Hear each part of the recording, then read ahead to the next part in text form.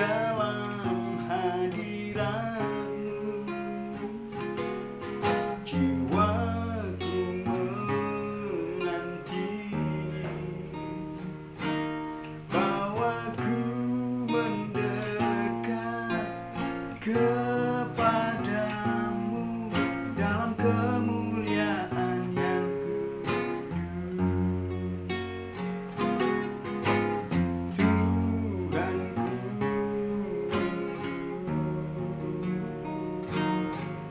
masuk dalam hadirat-Mu. Jiwaku menanti bahwa ku mendekat kepadamu dalam kemuliaan yang kudus. Ku nanti Engkau, Allah kuasa, dalam kemuliaan yang kudus. Ku sembah Engkau, Allah kuasa, dalam kemuliaan yang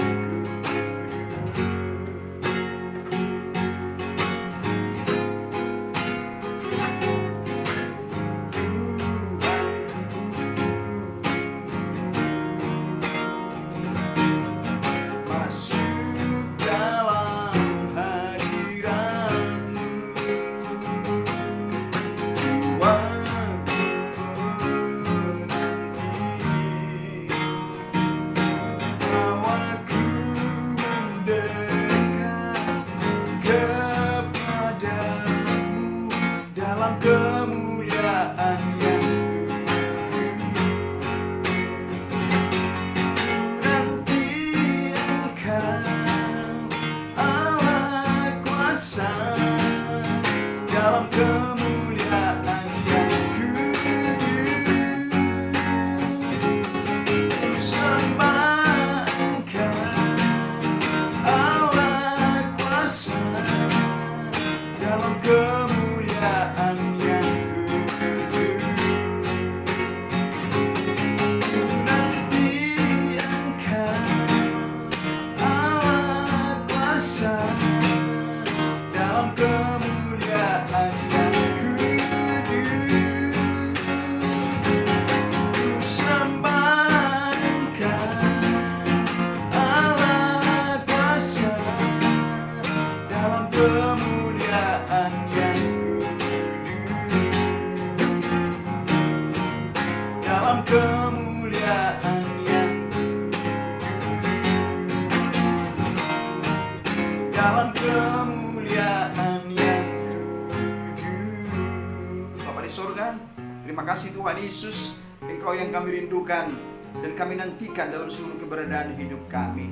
Engkau Allah yang hidup, Engkau Allah yang berkuasa di bumi dan di surga, yaitu Tuhan Yesus Kristus, Allah yang kami puja dan kami tinggikan selama-lamanya. Terima kasih Bapa di surga, terima kasih Tuhan Yesus Kristus. Sebentar hamba-Mu akan memberikan firman Tuhan, urapi hamba-Mu. Biarlah firman yang disampaikan menguatkan dan meneguhkan setiap orang yang mendengarkannya. Semuanya mengalami pemulihan dari Tuhan, mengalami lawatan Tuhan, mengalami jamahan Tuhan yang luar biasa. Yang lemah dikuatkan, yang sakit disembuhkan, yang terikat oleh kuasa kegelapan dimerdekakan oleh kuasa nama Tuhan. Dalam nama Tuhan Yesus Kristus. Terima kasih Bapa, ajari kami selalu rindu dan haus akan Engkau, memuji memuliakan nama Tuhan seumur hidup kami. Terima kasih Bapa di surga. Dalam nama Yesus Kristus hamba berdoa dan mengucapkan syukur. Haleluya. Amin. Salam Bapak Ibu Saudara yang dikasihi Tuhan, dimanapun kita berada. Kembali dengan saya Pak Pendeta Eskiel Siregar akan menyampaikan kebenaran firman Tuhan buat kita semuanya. Biar firman Tuhan ini meneguhkan dan menguatkan iman kita. Yang saya akan berikan tema firman Tuhan pada saat ini adalah yaitu ibadah yang murni dan berkenan di hadapan Tuhan. Ibadah yang murni dan berkenan di hadapan Tuhan, ini yang Tuhan inginkan dalam diri kita. Jangan sampai kita beribadah ternyata kita percuma di hadapan Tuhan. Karena dikatakan oleh firman Tuhan dalam Matius itu, percuma mereka beribadah karena ajaran yang mereka lakukan adalah ajaran manusia, bukan ajaran firman Tuhan. Maka firman Tuhan mengatakan, percuma, sia-sia mereka beribadah kepadaku, kepada Tuhan Yesus Kristus. Kenapa sia-sia? Karena ajaran yang mereka lakukan bukan ajaran firman, tapi ajaran manusia atau ajaran nenek moyang. Jangan sampai kita sia-sia dan percuma dalam memuji memuliakan Tuhan, dalam beribadah, dalam memuliakan Tuhan, dalam meninggikan Tuhan, dalam setiap ibadah-ibadah yang kita ikuti, khususnya dalam ibadah minggu, ibadah komsel, ibadah pemuda, ada sekolah minggu, bahkan ibadah-ibadah yang lain, atau ibadah di kantor, ada ibadah-ibadah di perusahaan. Jangan sampai sia-sia ibadah kita dalam doa-doa kita kepada Tuhan, dalam penyembahan kita. Karena apa? Karena kita tidak melakukan sesuai dengan kebenaran firman Tuhan. Baik Bapak Saudara yang dikasihi Tuhan, saya akan bacakan firman Tuhan di dalam Yakobus pasal yang pertama. Yakobus pasal pertama ayat yang 26 sampai 27. Demikian firman Tuhan. Jikalau ada seorang menganggap dirinya beribadah, tetapi tidak mengekang lidahnya, ia menipu dirinya sendiri, maka sia-sialah ibadahnya. Ibadah yang murni dan yang tak bercacat di hadapan Allah Bapa kita ialah mengunjungi yatim piatu dan janda-janda dalam kesusahan mereka, dan menjaga supaya dirinya sendiri tidak dicemarkan oleh dunia. Jadi firman Tuhan ini mengajarkan buat kita, ketika kita beribadah, jangan sampai ibadah kita itu sia-sia dan tidak berkenan di hadapan Tuhan, tidak murni dan tidak tulus dalam beribadah. Beribadah dalam bahasa Ibrani abudah. Abudah itu artinya yaitu kita memuji Tuhan, menyembah Tuhan, mengagungkan Tuhan, mengelola atau memuliakan Tuhan, atau bekerja memuliakan Tuhan, apapun itu namanya. Mari kita beribadah, memuji memuliakan Tuhan dengan beribadah yang berkenan, yang murni, yang tulus di hadapan Tuhan. Sekarang banyak orang beribadah kepada Tuhan, memuji Tuhan, menyembah Tuhan sebagai orang yang percaya kepada Yesus Kristus, asal-asalan, ikut-ikutan. Daripada saya tidak datang ke gereja, daripada saya di rumah saja, lebih baik saya datang ke gereja. Jadi dia cuma menghadirkan dirinya dengan absensi, tidak dengan keikhlasan, dengan tulus untuk beribadah kepada Tuhan. Jangan sampai saudara itu kita lakukan. Atau dia datang beribadah karena takut kepada manusia, takut kepada pendeta, takut kepada majelis gereja, atau kepada hamba Tuhan. Dan dia takut, nanti di telepon saya, nanti saya dibesuk, disuruh ayo beribadah. Makanya dia datang beribadah. Ini tidak ada kerinduan, tidak ada kehausan dalam beribadah. Tuhan mengajarkan buat kita harus betul-betul beribadah dengan benar di hadapan Tuhan. Beribadah dengan tulus dan ikhlas, dengan murni di hadapan Tuhan. Karena dikatakan di sini percuma dia beribadah, sia-sia ibadahnya dan tidak berkenan di hadapan Tuhan. Oleh karena itu bagi kita semua yang dimanapun kita berada, kita harus benar-benar menjadikan hidup kita ini ibadah di hadapan Tuhan. Ibadah datang kepada Tuhan dimanapun kita berada. Waktu bekerja, waktu melakukan aktivitas, waktu bahkan tidur juga beribadah kepada Tuhan. Apapun yang kita kerjakan, kita beribadah kepada Tuhan. Mari kita jangan sampai ibadah kita sia-sia di hadapan Tuhan, percuma. Jangan saudara-saudara yang dikasihi Tuhan. Bagaimana ibadah yang murni, yang berkenan di hadapan Tuhan ini? Tuhan itu, apa yang harus kita lakukan? Yang pertama saudara yang dikasihi Tuhan, dikatakan di sini di ayat 6, jika ada seorang menganggap dirinya beribadah tetapi tidak mengekang lidahnya, sia-sialah ibadah. Yang pertama, kita harus mengekang lidah kita. kita harus mengekang atau menguasai lidah kita, menguasai mulut kita, supaya jangan sia-sia ibadah kita. Jadi ketika kita beribadah, jangan sampai mulut kita ini berkata-kata yang tidak benar, berkata-kata yang kotor, berkata-kata yang kasar, berkata-kata menjelekkan, menjatuhkan orang, berkata-kata menghakimi, menjas, berkata-kata mengumpat, mengelabui orang, berkata-kata yang mencelakakan orang, merugikan orang. Itu harus kita buang dalam diri kita. Kalau masih ada kata-kata seperti itu, kata-kata hampa, kata kotor, kata-kata untuk membuat orang itu sakit hati, tersinggung, kata-kata binatang keluar, atau katakanlah gosip, bimoli, bibir moncong 5 cm, ember. Itu kalau kita tidak jaga mulut kita ini, wah, sia-sialah ibadah kita di hadapan. Jangan sampai mulut kita ini kita jaga perkataan kita. Makanya katakan dalam lagu sekolah minggu, hati-hati gunakan mulutmu. Bukan hanya mulut, hati-hati gunakan matamu, hati-hati gunakan tanganmu dan kakimu. Semuanya kita harus jaga. Tapi firman Tuhan mengatakan mulut kita harus kita jaga. Kita harus berkata-kata firman, berkata-kata yang memuatkan, berkata-kata yang membangun, berkata-kata yang memotivasi orang lain makin dekat dengan Tuhan, berkata-kata yang menghibur, berkata-kata yang menyembuhkan, memulihkan. Jangan sampai berkata-kata yang melemahkan. Ini kita beribadah memuji Tuhan, berdoa, praise and worship, menyembah di gereja, di ibadah-ibadah yang lain. Tapi cuma di gereja doang. Dalam ibadah aja itu kudus, tapi di luar gereja sebentar pulang dari gereja, pulang dari ibadah, dia lupa bahwa dia sudah beribadah. Ketika dia naik motor atau naik mobil kena senggol, apa yang dikatakan? Kurang ajar, keluar kata binatang. Di mana matamu?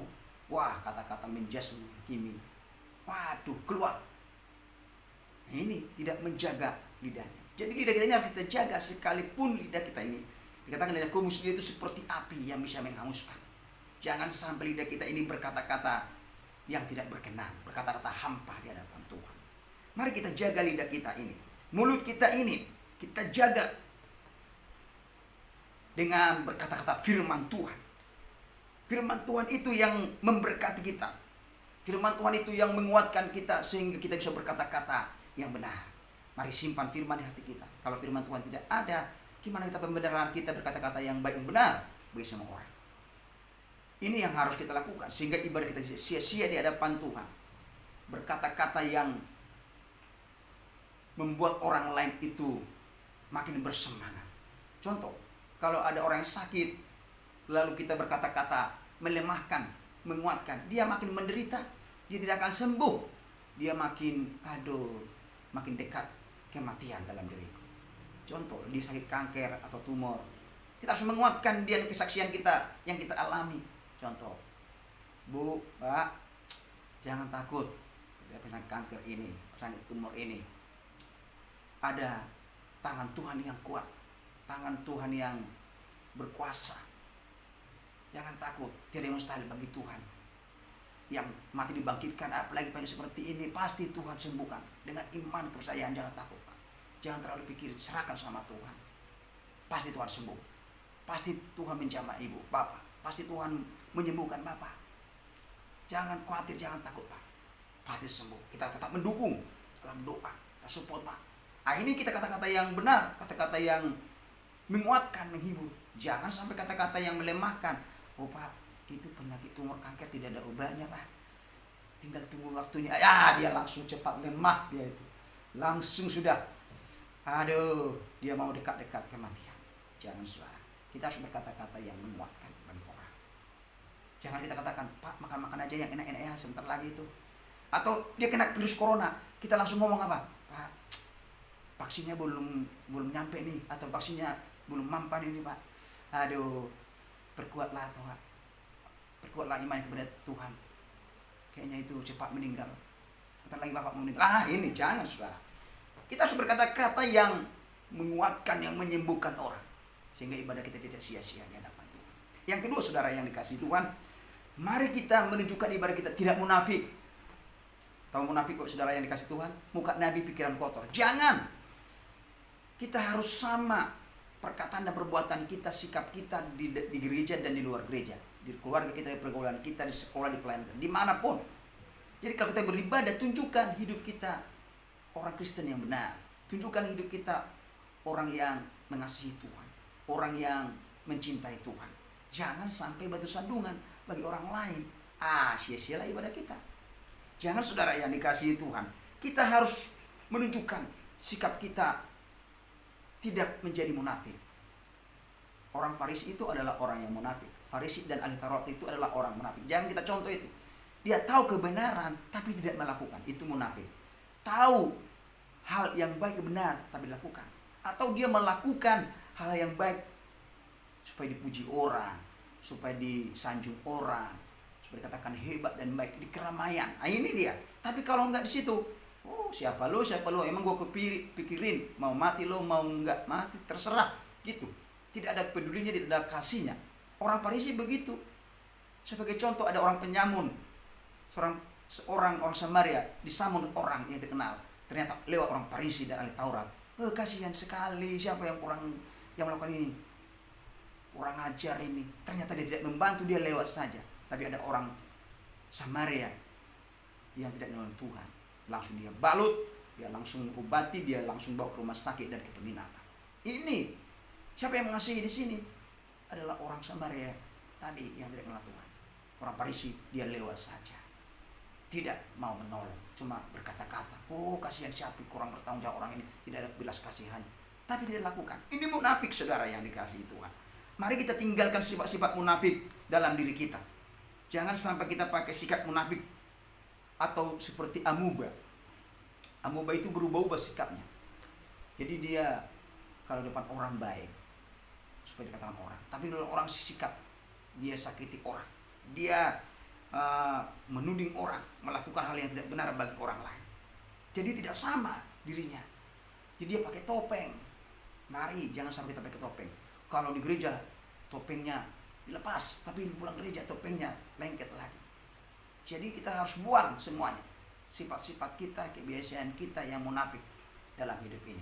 Supaya ibadah kita tidak sia-sia di hadapan Tuhan. Kita harus jauhkan semuanya itu dalam hidup ini. Yang ketiga saudara yang dikasihi Tuhan, mari kita menjadi berkat bagi orang lain. Katakan tadi di ayat yang ke-27, ibadah yang murni dan tak tercela di hadapan Allah ialah mengunjungi yatim piatu, janda-janda dalam usaha mereka. Artinya apa? Kita harus menjadi berkat. Bukan hanya yatim piatu, bukan hanya janda-janda, semua orang. Kita harus menjadi berkat, peduli, care bagi semua orang. Kita harus memberkati orang lain, menolong orang, membantu orang lain. Dimanapun kita berada. Khususnya dalam terjadi hari ini ada banjir, ada yaitu gempa, ada longsor. Ya, kita care bagi orang-orang itu. Kita peduli, kita berbagi kasih bagi mereka. Ini, maka ibadah, itu ibadah. Jadi kita menolong orang lain itu ibadah. Kita membantu orang lain itu ibadah. Jadi bukan hanya di gereja saja, bukan hanya perkataan saja. Kita tindakan kita peduli kasih bagi mereka. Berupa materi, bukan hanya doa saja, berupa materi kita lakukan. Ini. Jadi bukan hanya tenaga saja, bukan hanya waktu saja, tapi materi, uang kalau tidak bisa, kita bantu dengan pakaian, dengan makanan, semuanya. Jadi tidak timpang tindih saudara yang dikasih. Semua kita harus melakukan semuanya. Jangan sampai kita tidak menjadi berkat bagi orang lain. Artinya kita bermurah hati. Kita bermurah hati, bukan pedit dan kikir dan pedit, bukan. Tapi kita bermurah hati bagi semua orang dimanapun kita berada. Ini harus kita lakukan. Maka ibadah kita terus sia-sia di hadapan Tuhan. Tidak sia-sia. Yang seterusnya adalah saudara-saudara yang kasih Tuhan, dikatakan tadi di ayat yang ke-27 itu, menjaga supaya dirinya tidak dicemarkan oleh dunia. Artinya apa? Kita harus menjaga, menguasai diri kita. Jangan sampai kita tercemar oleh dunia. Jangan sampai hidup kita dikuasai dunia oleh keinginan duniawi, keinginan daging, keinginan duniawi. Jangan salah. Kita harus beda dengan orang-orang yang tidak mengenal Tuhan. Jangan sampai kita terkontaminasi dengan sifat-sifat dunia. dengan keinginan duniawi ini, yang arogan, yang sombong, tidak peduli kasih, tidak ada kasihnya, yang menjudge orang lain. Itu sifat-sifat dunia. Kita harus tinggalkan itu. Sifat-sifat dunia itu tidak mau beribadah kepada Tuhan, tidak mau belas kasihan. Itu sifat keinginan duniawi. Maunya tidak ada berdamai, musuh-musuhan. Itu sifat-sifat duniawi. Kita harus tinggalkan dalam seluruh hidup kita. Jangan sampai kita dikamiri atau terkontaminasi dengan sifat-sifat itu. Kita bisa bergaul dengan orang dunia, orang-orang yang tidak mengenal Tuhan, tapi jangan sampai kita ikut dengan arus dengan kehidupan mereka, dengan sifat-sifat duniawi ini. Kita bergaul orang-orang berdosa, tapi jangan sampai ikuti perbuatan dosanya. Itu yang dengan Tuhan. Kita bisa bersaksi bagi mereka, kita bisa menginjili mereka, tapi bukan berarti kita ikut dosanya. Kita bersaksi bagi mereka, kita mengasihi orangnya dan kita membenci dosanya. Itu yang Tuhan maksud dalam diri kita. Makanya Tuhan mengatakan, jika seorang tidak membenci ayah dan ibunya, orang tuanya, ia tidak layak begitu. Artinya apa? Bukan berarti kita membenci orang tua kita, ibu kita, bukan. Kita membenci sifat-sifat karakternya yang melarang kita beribadah kepada Tuhan, yang melarang kita mengikuti Tuhan. Itu yang kita benci. Bukan kita membenci pribadinya. Ini ingin Tuhan. Mari kita sebagai orang yang percaya kepada Tuhan, dimanapun kita berada, mari kita sebagai orang percaya, jangan sampai kita terkontaminasi ikut arus oleh keinginan duniawi ini, oleh sifat-sifat duniawi ini. Karena dunia ini selalu mencondongkan lewat kehidupan yang tidak benar. Kita harus menjaganya hidup kita, menguasai hidup kita. Jangan sampai terkontaminasi kepada hal-hal yang tidak benar. Kita harus memberikan, yaitu hal-hal yang baik dan benar bagi dunia, menjadi berkat bagi dunia ini. Jadi ibadah yang berkenan di hadapan Tuhan itu kita harus mengundang kuasa dan hadirat Tuhan dalam diri kita. Ketika kita beribadah di gereja dimanapun, kita undang kasih dan kuasa dan hadirat Tuhan memenuhi hidup kita. Kita merasakan suasana surgawi, kita berjumpa dengan Tuhan. Itu ibadah yang murni benar. Jadi kita tidak melihat orang, tidak melihat pendeta, tidak melihat jemaat, tidak melihat orang percaya, tapi ini kerinduan yang haus dan lapar. Makanya Daud mengatakan lebih baik 1 hari di pelataran Tuhan daripada 1000 hari. Bahkan Daud mengatakan, aku bersuka ketika orang mengatakan, mari kita beribadah kepada Tuhan. Bahkan Yusuf berkata, pilih pada orang Israel, aku dan sisi keluargaku akan tetap beribadah kepada Tuhan. Ini karena dia tahu kerinduannya, kehausannya. Kalau tidak dalam Tuhan beribadah, saya akan jauh dari Tuhan. Jadi berjumpa secara pribadi. Jadi tidak melihat orang. Ada kerinduan yang haus, mengalami suasana surgawi, mengalami Tuhan dalam dirinya. Ini, jadi kita ketika beribadah, jangan sampai percuma saudara. Ikut-ikutan beribadah, orang tepuk tangan, oleh bernyanyi, angkat tangan, turun tangan. Daripada saya dia katakan tidak beribadah, tidak bernyanyi, tidak menyembah Tuhan. Ikut-ikutan, tidak ada kerinduan, tidak ada ketulusan, keikhlasan dalam dirinya ingin berjumpa dengan Tuhan. Jangan saudara, kita minta Tuhan, hadirlah dalam diriku, hadirlah hadiratmu, kuasamu, sehingga kita beribadah. Oh, ada sesuatu yang kurang, ada sesuatu yang indah. Wah, saya berjumpa dengan Tuhan, luar biasa. Ini ketika kita beribadah kepada Tuhan, kita harus memiliki motivasi yang benar. Jangan sampai motivasi salah. Ketika kita melayani Tuhan, berkhotbah, main musik, singer, atau menginjili orang, motivasinya apa? Supaya dilihat orang terkenal, supaya dikatakan orang, wah hebat dia. Jangan saudara, itu nanti kita menjadi sombong. Jangan saudara yang dikasih Tuhan. Motivasinya harus diluruskan dalam beribadah, dalam memuji Tuhan, supaya dikatakan orang, supaya saya hanya di rumah saja. Jangan saudara yang dikasih Tuhan. Luruskan motivasi kita. Kita beribadah tujuannya untuk Tuhan, bukan untuk pendeta, bukan untuk gereja, bukan. Tujuannya memuji, memuliakan Tuhan, menyenangkan Tuhan, menyukakan hati Tuhan. Jadi kita memuliakan, meninggikannya, memuliakan Tuhan dengan segenap hati dan jiwa kita, bukan dengan asal-asalan. Kita tahu bahwa Tuhan hadir dalam setiap ibadah. Karena Tuhan mengatakan mana satu dua orang atau di mana lebih pun beribadah, memuji, memuliakan Tuhan hadir. Mari kita sebagai orang yang percaya jangan menjadi salah motivasi kita dalam beribadah. Atau motivasinya supaya beribadah, supaya saya disembuhkan Tuhan, supaya saya diberkati Tuhan, supaya saya dipulihkan Tuhan, supaya saya diberkati pekerjaanku, supaya supaya anakku diberkati, supaya pekerjaanku sukses. Salah, saudara. Bukan itu yang utama. Supaya saya dijaga dan dilindungi Tuhan. Bukan itu. Ketika beribadah kepada Tuhan, bukan mencari berkatnya, tapi mencari apa? Mencari kebenarannya. Katakan dalam Matius 6 ayat 3, cari dahulu kerajaan Allah dan kebenaran Tuhan. Firman Tuhan kita cari.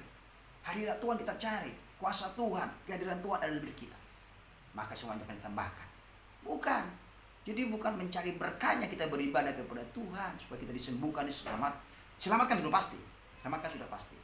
Jadi kita sebagai orang yang percaya jangan sampai salah motivasi atau salah motivasi supaya saya sukses dan kaya. Wah, ini jangan, saudara. Kita cari kebenaran dan kerajaannya, maka kita akan melihat berkat-berkat Tuhan, berbagai cara Tuhan memberkati kita. Apalagi ketika kita beribadah kepada Tuhan, kita harus membawa jiwa. Kita harus menyelamatkan jiwa-jiwa, membawa orang percaya kepada Tuhan. Kita saksikan bahwa Yesus adalah Tuhan, sehingga mereka beribadah. Jangan sampai mereka tinggalkan Tuhan, jangan sampai mereka lari dari Tuhan. Jadi kita bawa orang-orang, jangan kita puas hanya kita diselamatkan oleh Tuhan. Jangan, saudara, itu namanya egois. Kita harus bawa keluarga kita, saudara kita, ada saudara kita yang belum percaya Yesus, kita bawa. Biar mereka percaya dan terima Yesus Kristus sebagai Tuhan selamatnya. Ini yang saya bagikan buat saudara-saudara yang dikasihi Tuhan. Biarlah firman itu menguatkan dan mengubah hidup kita. Bahkan Roh Kudus menerjemahkan lebih dalam lagi dalam pribadi kita masing-masing. Sehingga kita mengerti rahasia kebenaran firman Tuhan. Sehingga kita tidak sia-sia, tidak percuma dalam beribadah, dalam melayani, dalam berkorban bagi Tuhan. Tenaga dan waktu, tidak sia-sia. Tapi semuanya Tuhan perhitungkan, semuanya itu Tuhan catat dalam buku kehidupan. Sehingga apa yang kita lakukan, Tuhan dimuliakan dan diagungkan dalam seluruh keberadaan hidup kita. Haleluya. Terima kasih Tuhan Yesus Kristus buat firman-Mu. Biar firman menjadi rema dan kekuatan baru bagi kami. Dan firman-Mu menguatkan iman kami.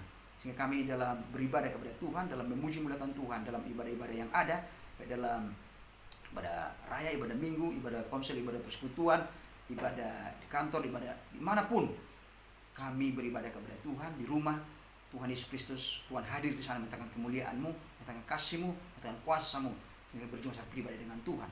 Tidak sia-sia Tuhan Yesus Kristus. Kami mengekang lidah kami menguasai mulut kami, mulut yang berkata-kata benar.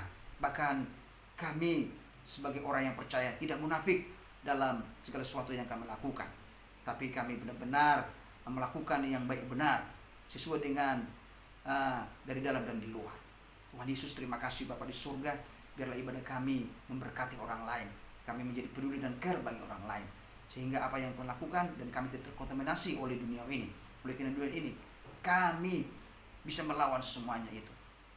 Tidak ikut arus dengan keinginan dunia ini, tapi kami membawa perubahan sesuai dengan firman Tuhan dalam seluruh keberadaan hidup kami. Terima kasih Bapa di surga. Terima kasih ketika kami berkorban melakukan melayani sebagai anak-anak-Mu dimanapun berada, baik dalam melakukan segala sesuatu kegiatan, semuanya adalah ibadah, abodah, bekerja, ibadah, semuanya yang kami lakukan, semuanya beribadah, memuji dan memuliakan Tuhan. Dalam perkataan dan perbuatan kami, bahkan seluruh tujuh roh kami adalah ibadah, memuliakan dan menyembah, mengagungkan nama Tuhan.